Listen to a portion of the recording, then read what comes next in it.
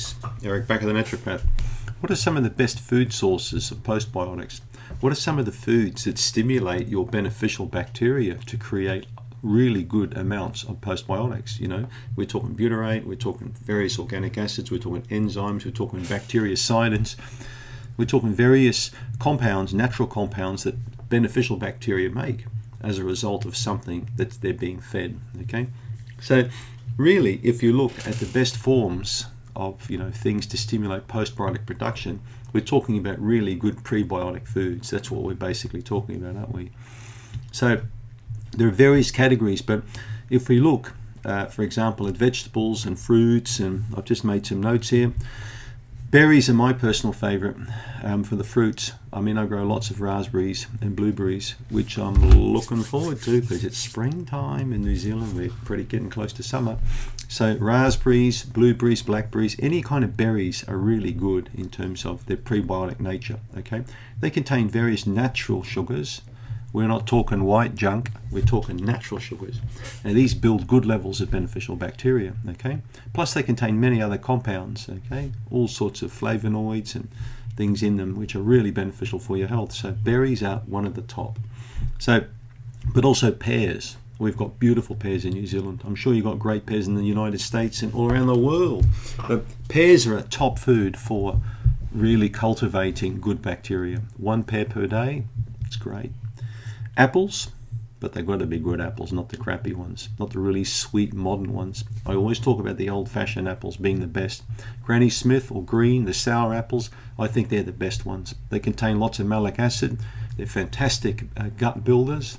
You also find apples really good for stomach and pancreatic health. Right? Oranges, of course, strawberries, figs, dates, all those kind of things. Now, you need to take care, of course, with these foods if you've got a yeast infection. Okay.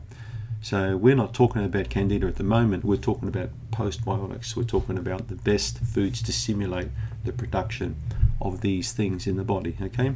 So vegetables, of course, there are a lot of them. Green beans, broccoli, Brussels sprouts, sweet corn. Most of the vegetables to some degree will have a great effect on the gut bacteria. Vegetables contain lots of insoluble fiber and soluble fiber. So remember that insoluble means it passes through the gut. It's very important to have that.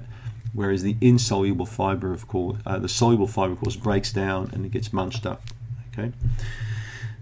If we look at the grains, even though it's very malaligned, whole wheat, yes, it contains gluten, but guess what? A small amount of high quality wheat ain't going to kill you unless you've got one of these morbid fears of gluten. Brown rice, rye bread, sourdough, of course, whole wheat spaghetti, if you can get a nice spaghetti, udon noodles made from buckwheat, for example. These are all good sources of grains, which are made into foods which are going to help to boost production of the postbiotics. Okay. Of course, legumes, nuts and seeds, some of my favorite foods. Sunflower seeds, pumpkin seeds, pine nuts, okay, pistachios, pecan or whatever, I don't care what you call them, almonds, walnuts, Brazil nuts. These are all very, very good sources. Okay, they're going to really help to break down and form food to stimulate production of postbiotics. So there you have it. There's some of the foods, but there's plenty more. You can also throw into that mix, if you really want to boost production up, sauerkraut, okay, kimchi and yogurt, my 3 favorites. Thanks for tuning in.